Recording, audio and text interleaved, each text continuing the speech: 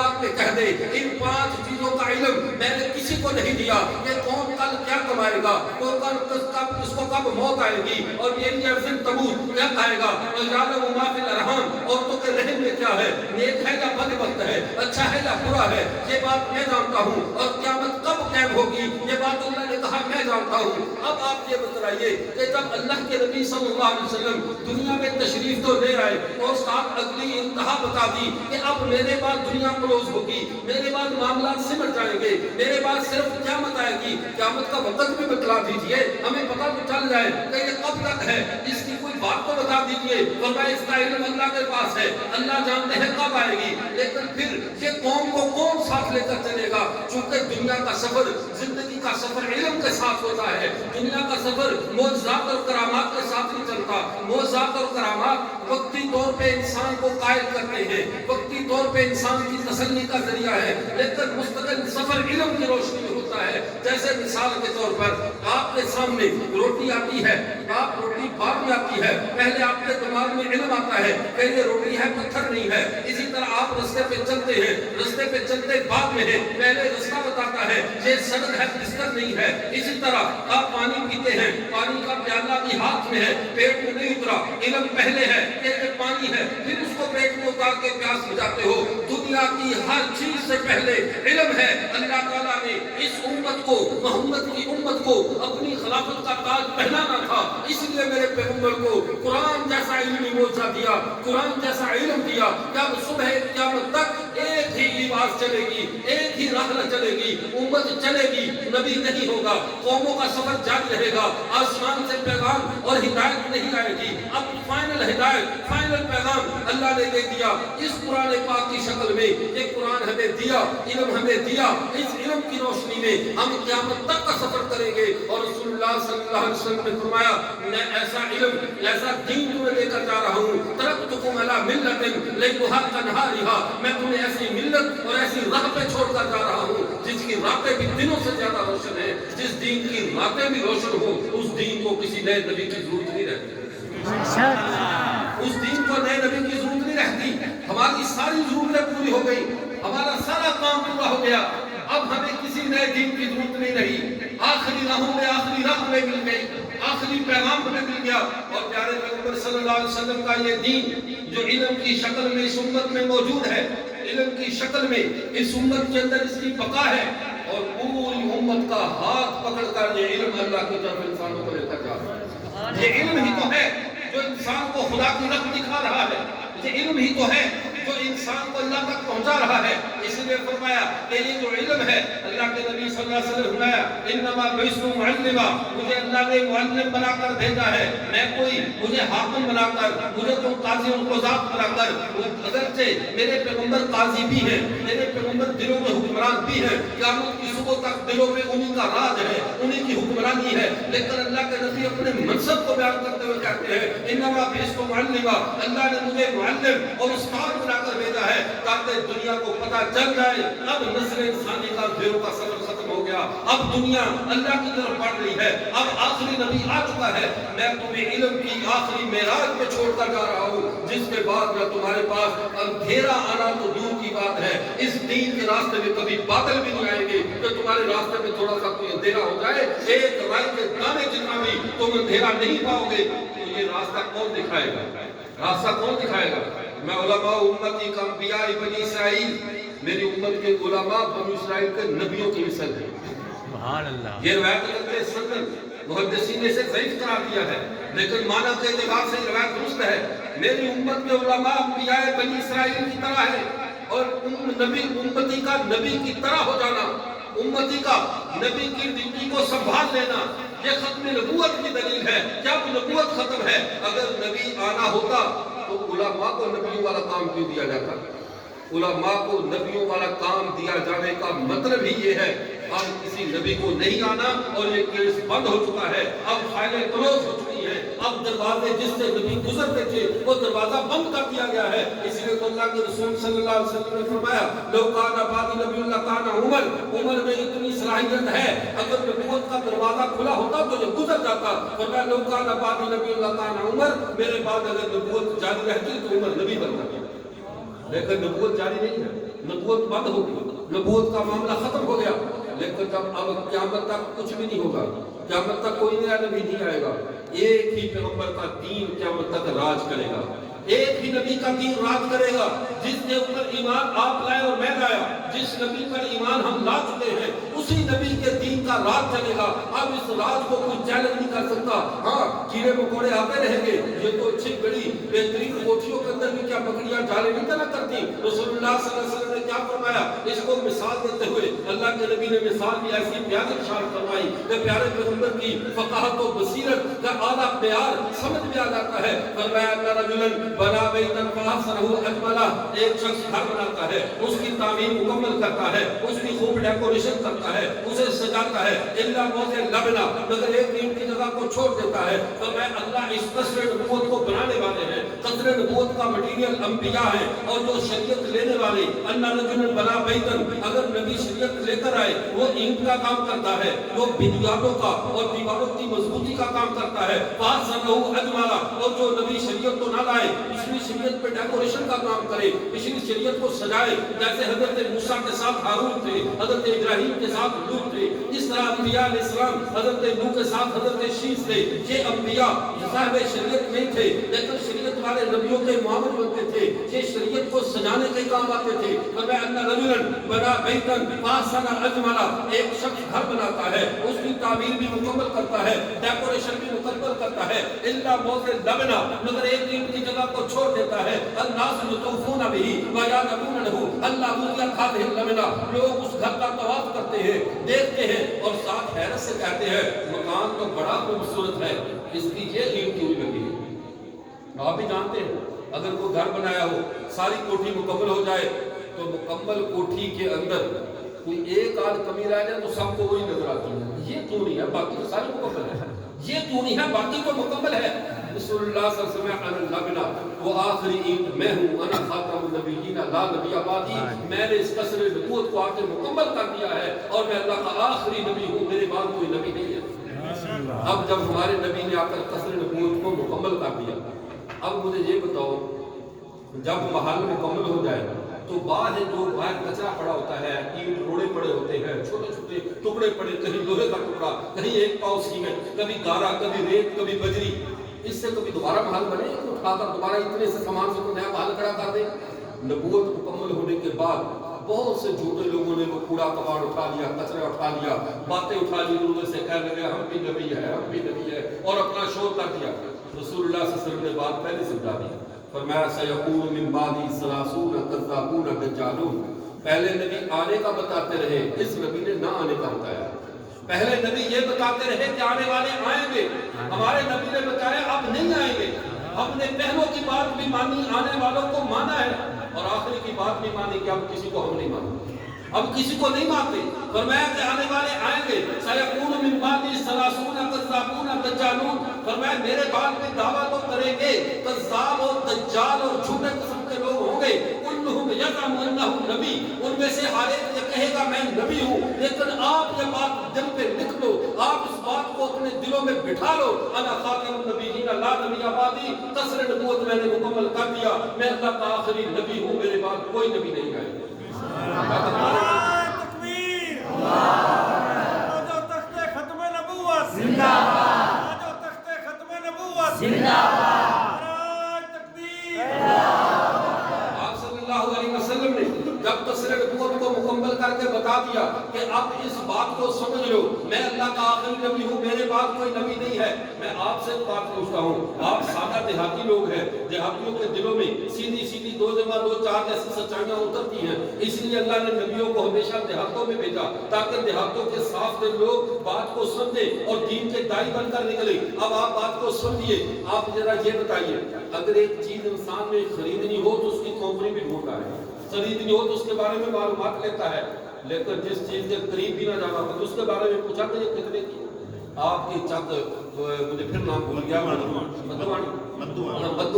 اب مدوانا کے لوگوں نے آپ میں سے بتائیے, آپ میں سے کس نے آج تک یہ پوچھا ہیلی کاپٹر کتنے کا آتا ہے؟ موٹر سائیکل کا تو آپ اکثر کو پتا ہوگا, کیونکہ آپ کی ضرورت موٹر سائیکل ہیلی کاپٹر نہیں ہے, جس کی ضرورت نہیں اس کے بارے میں پوچھتے بھی. تو اچھا کسی اور نے آپ کا ریٹ پوچھا, آپ میں سے کسی نے آج پوچھا ہو امریکہ کے ٹکٹ کا کیا ریٹ ہے؟ اس نے نہیں پوچھا ہوگا. یہ پوچھا ہوگا پیٹرول کتنا بڑھ گیا اور کم ہو گیا, چینی کا ریٹ کیا ہے. جو آپ کی یومیہ ضرورت ہے انسان اس کا پوچھتا ہے. جس کی ضرورت نہ ہو اس کے بارے میں پوچھنے والے کو بے وقوف کہتے ہیں, وہ عقل مند نہیں ہوتا. اب آپ میں سے کوئی صبح اٹھ کر چلا جائے, جا کر وہ آرمی والوں سے کہے مجھے ہیلی کاپٹروں کے ریٹوں کی لسٹ بتاؤ, اسے پکڑ کر جیل میں بند کر دینے کا کہاں سے آ گیا. تو نے ہیلی کاپٹر کیا کرنے, تو نے جہاز کیا کرنے, وہ ہے مجھے ٹینکوں کا ریٹ بتاؤ, یہ بھی کوئی نہیں بتائے گا. کیوں؟ تمہارے متعلقہ نہیں ہے, جب تمہیں ضرورت نہیں ہے. اب مجھے یہ بتلائیے, جب ہمارے نبی نے کہہ دیا میرے آنے سے دین مکمل ہو گیا, اب ہم پاگل ہیں کسی اور سے پوچھتے پھریں کہ اور نبی بتا دو. اب ہم اچھے ڈاکٹر کی تلاش میں جہاں کے مریض کو سجانے سے اٹھا کر صاحبات سے اور آگے فیصل آباد اور لاہور تک تو لے جائیں گے اپنے بچے کی اعلیٰ تعلیم کے لیے, فیصل آباد سے آگے کراچی تک کا سفر کر لیں گے. لیکن دنیا میں ایک انسان بھی آپ کو ایسا کم وقت نہیں ملے گا جو کہے تم اچھا ڈاکٹر ڈھونڈ رہے ہو, تم اچھا سکول ڈھونڈ رہے ہو, میں کوئی ایسی جگہ ڈھونڈ رہا ہوں جہاں سے نبی بن جائے یا میرے بچے کو نبی بنا دیا جائے. کیا آج تک آپ نے ایسا پاگل سنا نہیں؟ کیوں؟ اس کی وجہ کیا ہے؟ جس چیز کی ضرورت نہیں تھی میرے نبی نے کہا وہ ہونی بھی نہیں ہے, اور میری امت کے, میرے نبی کی امت کے دل و دماغ سے بھی اللہ نے وہ بات نکال دی کہ تمہیں اس کی ضرورت ہو. سابقہ امتیں سفروں میں رہتی تھی, سابقہ امتیں نبیوں کی تلاش میں رہتی تھی کہ انہیں پتہ ہوتا تھا آنے ہیں. ہمارے دل و دماغ سے اللہ نے بات اٹھا لی. آپ میں اس کی ایک اور مثال دیتا ہوں, آپ کے سمجھنے کے لیے ذرا اور آسان ہو جائے.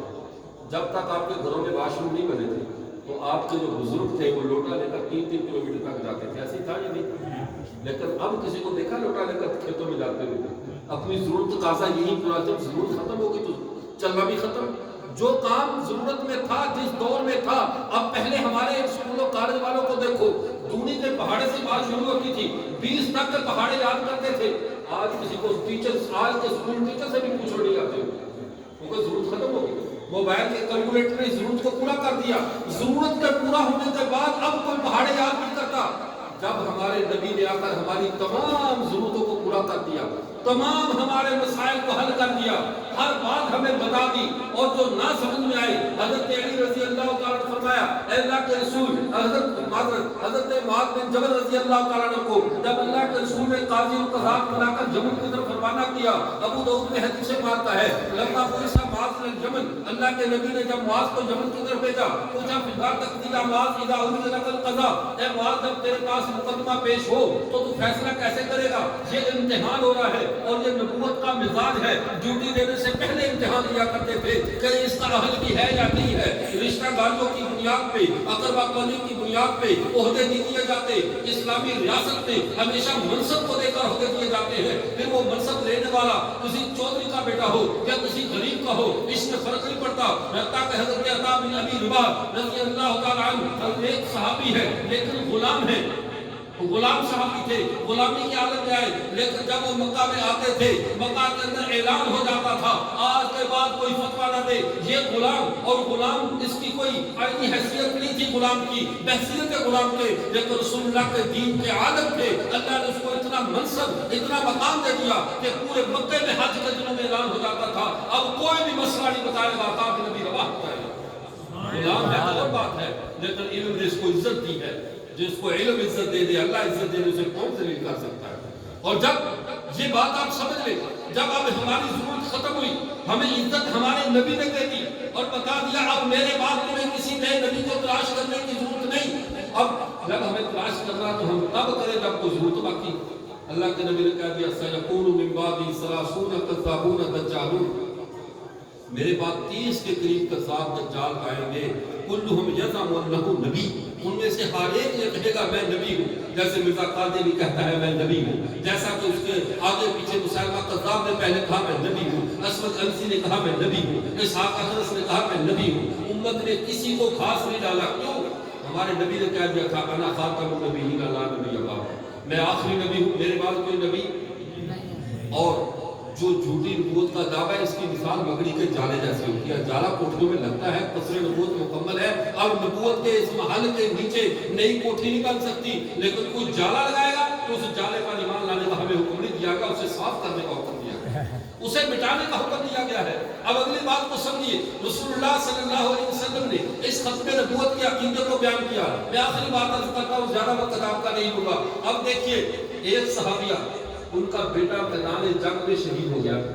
اب وہ آئی آپ صلی اللہ علیہ وسلم کی خدمت میں، آ کر پوچھا کہ میرا بچہ جو چھوٹا سا تھا میدان جنگ میں شہید ہوا، کیا وہ جنت میں گیا ہے یا دوزخ میں گیا؟ میں مفہوم عرض کر رہا ہوں. اللہ کو خود بتا دیجیے جنت میں گیا تو میں خوشی مناؤں، دوزخ میں گیا تو میں اللہ سے معافی مانگوں، اپنے بیٹے کے لیے سفارش کروں. آپ مفہوم حدیث کا یہ آپ نے فرمایا خدا کی بندی کیسی باتیں کر رہی ہے، کیا تمہیں دکھاؤں گا تیرا بچہ تو جنت میں کھیل رہا ہے، تیرا بچہ جنت میں کھیل رہا ہے. اس نے کہا اللہ کو سن نہیں، میں دیکھنا نہیں چاہتی. کہنے والیوں نے کہا جو خدا کی بندی ہے اتنا دربار رحمت جوش میں تھا، اللہ کے نبی تجھے دکھا رہے تھے، دیکھ لیتی، اپنا بچہ بھی دیکھ لیتی، جنت بھی دیکھ لیتی، پھر ہمیں بھی بتاتی جنت کیسی ہے. اس عورت نے کیا پیارا جواب دیا، کاش اس کے ایمان کا کروڑواں حصہ بھی ہمیں نصیب ہو جائے، ہماری بخشش ہو جائے، ہماری دنیا آخرت کو نجات پا جائے گی. فرمایا اگر میں اللہ کے نبی سے کہتی مجھے دکھا دو تو دکھا دینا تھا. ان کے دکھانے میں شک نہیں ہے، لیکن پھر کیا میرا ایمان سلامت رہتا کہ مجھے اپنی آنکھوں پر تو ایمان آیا ہے، اپنے نبی کی زبان پہ ایمان کیوں نہیں آیا؟ جب میرے نبی نے کہا کھیل دیا، کھیل رہا ہے، اب میری آنکھ دیکھے یا نہ دیکھے، میرے نبی کی بات سچ ہے، میرا ایمان ہے، میرا دیکھنا ضروری نہیں ہے. جب میرے نبی نے کہہ دیا میرے بعد کوئی نبی نہیں ہے، تمہاری تحقیق جائے بھار میں، کوئی ضرورت نہیں تحقیقات کرنے کی، کوئی ضرورت نہیں دلائل طلب کرنے کی. اس لیے تو امام اعظم ابو حنیفہ رحمۃ اللہ علیہ نے کہا ہے من ادعى النبوۃ فطلب منه علامۃ فقد کفر. ایک آدمی نبوت کا دعویٰ کرے، دوسرا کہے دلیل کیا ہے تیرے نبی ہونے کی، یہ دلیل مانگنے والا بھی کافر ہو جائے گا. دلیل تب مانگی جاتی ہے جب کام ہو سکتا ہو، جب اس کی گنجائش ہو، جہاں پہ شک ہو، جب یقین ہے کہ ہمارے نبی کے بعد نبی ہو ہی نہیں سکتا تو دلیل کیسے؟ دلیل مانگنے کی کیا ضرورت؟ اس لیے کسی بھی قادیانی سے اس کے نبی ہونے کی کوئی دلیل ہمیں مانگنے کی ضرورت ہے نہیں. ہم کیوں دلیل مانگے؟ جب ہمارے نبی نے کہہ دیا جو بھی کہے گا وہ جھوٹا ہے تو ہمیں کیا ٹینشن ہے؟ ہاں اب اللہ کے نبی نے اس امت کی خوش قسمتی کو بیان کیا ہے. فرمایا کیف تهلك هذه الامه انا اكبرها ومهدي وسطها وعيسى اخرها. میری امت کیسے گمراہ ہو سکتی ہے؟ اس کے شروع میں میں کھڑا ہوں، درمیان میں حضرت مہدی آئیں گے، آخر میں اللہ حضرت عیسیٰ کو بھیجیں گے، وہ نئی نبوت لے کر آئیں گے، میرے نبی کے امتی نبی بن کر آئیں گے، امت کے اندر آئیں گے، امت کو آخر سے آ کر وہ سنبھالیں گے. یہ امت تو چاند ہی نبوت میں پہلے میں رہی ہے، جس کی صفحے اول میں سب سے آگے محمد رسول اللہ ہے اور قرب قیامت عیسیٰ علیہ السلام آئیں گے. یہ اول تا آخر نبوت کے سائے میں چلنے والی امت ہے. اب اس امت کو کوئی چور چوری نہیں کر سکتا. اب اگر ہم پھر بھی اپنے نبی کا دامن چھوڑ کر سائڈ ہو جائیں تو ہم سے بڑا کوئی بدبخت نہیں ہے. میں اپنے نوجوانوں سے کہتا ہوں ہمارے دیہاتوں میں غریب لوگوں کو جھانسا دیا جاتا ہے کہ تم اپنا فارم فل کر دو کہ آپ احمدی ہو، قادیانی ہو، تمہیں ہم یورپ کا ویزا دے دیں گے، یہ دے دیں گے، وہ دے دیں گے. یاد رکھو جو شخص جان بوجھ کر پورے اختیار کے ساتھ اپنے آپ کو کافر لکھ دے اور کہے کہ میں قادیانی ہوں، میں کافر ہوں، اور دل سے سمجھتا ہو کہ یہ غلط لکھ رہا ہوں، میرا یہ ایمان نہیں ہے، یہ تب بھی کافر ہو جائے گا کہ حالت اختیار میں کلمہ کفر بولنے سے بھی بندہ کافر ہو جاتا ہے، چاہے مذاق میں بولا، مذاق میں کہے. ایک آدمی کہتا ہے میں مرزے کو کافر سمجھتا ہوں، اسے جہنمی سمجھتا ہوں، لیکن اپنے اختیار کے ساتھ فارم میں لکھ دیتا ہے کہ میں عام بھی ہوں، اور دل میں کہہ رہا ہے یہ کافر ہے، میں تو ایسے مذاق کر کے امریکہ جانے کے لیے لکھ رہا ہوں. تو تب بھی کافر ہو جائے گا. پورے دنیا کے ڈالروں کے لیے محمد کا دامن چھوڑ کر اس کے دشمنوں کا پالن کرتا. اللہ کی غیرت اس بات کو گوارا نہیں کرتا. اللہ کی غیرت یہ دیکھتی ہے جو اس کے یاروں کے ساتھ کھڑا ہو جائے، وہ صحابہ کہف کا کتا بھی ہو، اللہ قرآن میں تذکرہ کر دے. اللہ کہتے ہیں قیامت تک ان کا نام لو، انہوں نے میرے جانوں سے یاری نبھائی ہے، یہ بے شک کتا تھا لیکن میرے دوستوں کے ساتھ اس نے وفا کی ہے، اب قیامت تک اس کا نام لوگے تمہیں اجر ملے گا. لیکن جو حضرت موسیٰ کے جادوگروں کو دیکھو، 40,000 جادوگروں نے موسیٰ کا لباس پہنا تھا. اللہ کی رحمت جوش میں آ گئی، میرے نبی کا لباس نبی سے ظاہری شکل اختیار کرے اور یہ جہنم والوں کا ایندھن بنے نہیں. سب کے سینوں میں ایمان اتار دیا کہ تم سارے موسیٰ کے ساتھ کھڑے ہو. اس لیے نبیوں کا ساتھ دینا، نبیوں کی دعوت پہ لبیک کہنا اور نبی کے دوستوں کے ساتھ کھڑے ہونا یہ اصل ایمان ہے. اور اس اللہ تعالیٰ ہمیں ایسا عقیدہ نصیب فرمائے کہ ہمارا ایمان نہ ڈولے. دنیا کی دولت ختم ہو جانے والی ہے، ڈالر ختم ہو جانے والے ہیں. مجھے یہ بتاؤ دنیا جہان کے خزانے کیا محمد عربی کے ہاتھوں سے ملنے والے جامع کوثر کا متبادل ہو سکتے ہیں؟ دنیا کے سارے دکھ حضرت مفتی حسن صاحب دامت برکات میں بڑی عجیب بات ارشاد فرماتے ہیں. وہ کہہ رہے دنیا میں تکلیفیں جھیلتے ہو، یہ تم دکھ اٹھاتے ہو، باہر کی طرف بھاگتے ہو. یاد رکھو دنیا کے سارے دکھ اس وقت بھول جائیں گے جب قبر میں لیٹ نہیں پہلا جنت کی ہوا کا جھونکا آئے گا. ساری دنیا کی تکلیفیں بھول جائیں گی جب رسول اللہ کا دیدار ہوگا. رسول اللہ اپنی امتی کہہ دیں گے تو معاملہ صاف ہو جائے گا. اصل کامیابی تو وہ ہے اس لیے اس کامیابی کے پیچھے دوڑو. دنیا کی کامیابیاں، لالچ اور یہ سارے ڈرامے بازیاں چھوڑ دے. قادیانیوں کی لالچ میں آ کر دنیا کے چند روزہ عارضی راحتوں کے لیے، باہر کے ویزوں کے لیے، ان کے ہسپتالوں سے علاج کروانے کے لیے، سستی میڈیسن لینے کے لیے اپنے نبی سے غداری نہ کیا کرو. بھوک سے مر جاؤ لیکن ایمانی غیرت کا تقاضا ہے اپنے نبی کا دامن نہ چھوڑو. اور دوسرا کام یہ کرے، عام طور پہ بندے کا ایمان تب کمزور ہوتا ہے جب بندہ تھوڑا سا نا علمی طور پہ محروم ہو، دھوکے کا شکار ہو جاتا ہے. ایک تو ہمارے مدرسوں کا نظام ہے، علماء کی محنت ہے، علماء کی تو قدر کیا کرے، یہ تمہارے ایمانوں کے محافظ ہیں. تمہاری آج مسجد عبادت ہے تو علماء کی وجہ سے. دنیا کی اور کوئی تعلیم ایسی ہے جو تمہیں ہفتے میں ایک بار اس طرح اکٹھا کر کے بتاتی ہے. یہ دین ہی کی تعلیم ہے. جمعے کے خطبے میں بھی جمع ہوتے ہو، قاری صاحب نے ختم نبوت کا نام دیا، پورا محلہ جمع ہو گیا ہے. ویسے تو تمہیں چودھری بھی نمبردار بلائے تم جمع نہیں ہوتے. کسی کو کوئی کام ہے، کسی کو کوئی کام ہے. یہ پیغمبر کی محبت ہے کہ تمہیں ہر جگہ جمع کر لیتی ہے، اور یہ محبت تمہیں علماء سکھاتے ہیں. اس لیے خدا را علماء کی قدر کرنا سیکھے. جو قوم علماء کی قدر نہیں کرتی، اللہ ان کی نسلوں سے علم کو اٹھا لیتے ہیں اور ذلت مسلط ہو جاتی ہے.